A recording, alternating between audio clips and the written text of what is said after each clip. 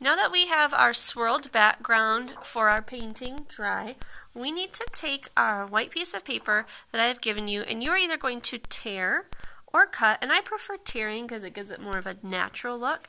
You're going to tear or cut a strip of snow to glue down on the bottom of your paper. And the reason I like to tear is because it kind of gives you more of a natural texture. Once you have torn or cut your paper, you're going to glue it right to the bottom. This is going to be our middle ground. We have a background of our sky, we're going to have a middle ground of snow, and in the foreground we're going to be painting a snow-covered tree. So wherever you have decided to tear or put your strip of snow, remember, dot, dot, not a lot when you glue. You definitely don't need a lot of glue for this. Just a few dots to secure it. And you want to make sure that the bottom edge of your snow kind of lines right up with the bottom edge of your paper. And if you have a little extra that goes off the edge of the paper, that's okay. When we are all done, we can trim that off. Once you've got your snow glued onto your background, we are ready to talk about painting our tree. Before we actually paint our tree onto our background, we're going to practice on that extra piece of white paper that I've given you to tear. If you don't have any extra, you can practice on a scrap piece of paper, but I really want you to practice before you draw or paint your tree. And I want to teach you how to do a realistic tree. So we're going to start just with a base of our tree. So what I mean by that is I just want you to kind of draw a base with your paintbrush, and it can be kind of thin. Okay. Anytime that you are trying to do a realistic tree, I want you to think of the letter Y, because a real tree always branches off kind of in the shape of a V or a Y. So if you imagine a letter Y, this is the base of our Y, this is the top of our letter Y. We have already given ourselves two large realistic branches. Now, the letter V and the letter Y. If I want to add more branches, I want to always think of the letter V and the letter Y. So I could add another branch here. I've got a letter V, a letter Y. Could add another branch here. If you think about a winter tree, most winter trees don't have any leaves. We're just a bunch of branches. So here could be another branch. I've got another V or Y. Can have another one coming up here. You can see that I've got that letter V or Y here. Anytime that I want to add more branches, I just want to think about the letter V or the letter Y. And I can add as many branches as I would like. Be careful, if you get too many branches, it starts to look a little messy. But anytime I'm adding more, I'm just thinking about the letter V or the letter Y. Make sure that you don't have too much paint on your brush. When you're satisfied in your practice, we're going to make our tree in the foreground. So that means our background has that painted sky, our middle ground is the snow that we've made here, and our foreground is going to be our tree. So once again, I'm going to start with that base of the Y, and I don't really want to put my tree like right exactly in the center. I might want to offset it. Sometimes when something is right in the middle, it doesn't make as strong of a composition.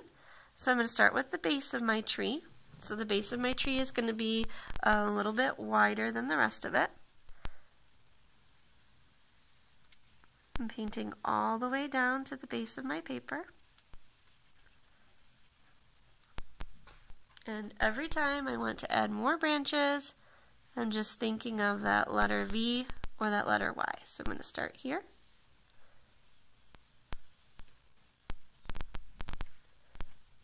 I want to add more, just thinking about that letter V or that letter Y.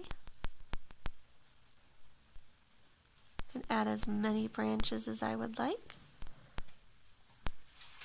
Thinking about how sometimes less is more.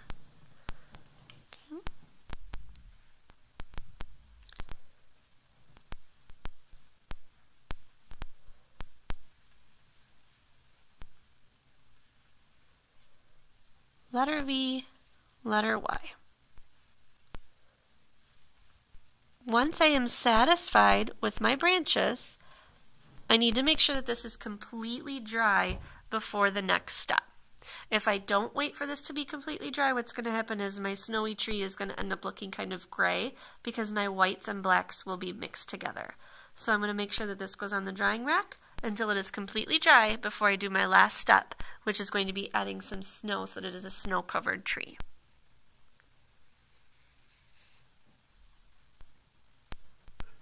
The final step of our winter tree is to make it look like our branches are a little bit snow-covered. So what we're going to do is we're going to use our white tempera paint. We have to make sure that our black is very dry or else this won't work. And I'm getting a lot of the paint on my brush because I want to make sure that it's kind of nice and thick. And if you think about when snow falls down, it kind of lands on the branches, kind of creates this little snow-covered area. So you're going to just take some areas that snow might kind of start falling on and gathering in, and you're going to lay down some of that thick white paint so that it looks like you have a snow-covered tree. And I want you to think about where that snow might gather. Most of the time it's going to gather in the tops of those branches or in the areas where there's little pockets for it to gather.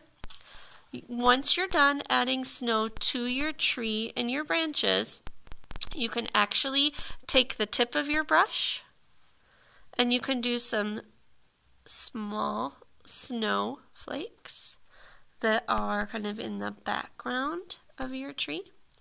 And you have just kind of created a landscape with foreground, middle ground, and background. Remember that the foreground is what is in front of you. So in this case, the first thing that we see in the foreground is our tree. Our middle ground is what's in the middle. So in this case, it's our snowy area, our snowy ground. And then our background is going to be what's behind everything. So in our case, we have created a swirled or layered and painted background with some snowflakes coming down. When you are all done, you're going to want to make sure that this dries, and you can decide to sign your name in the lower right-hand corner or leave your name and code on the back.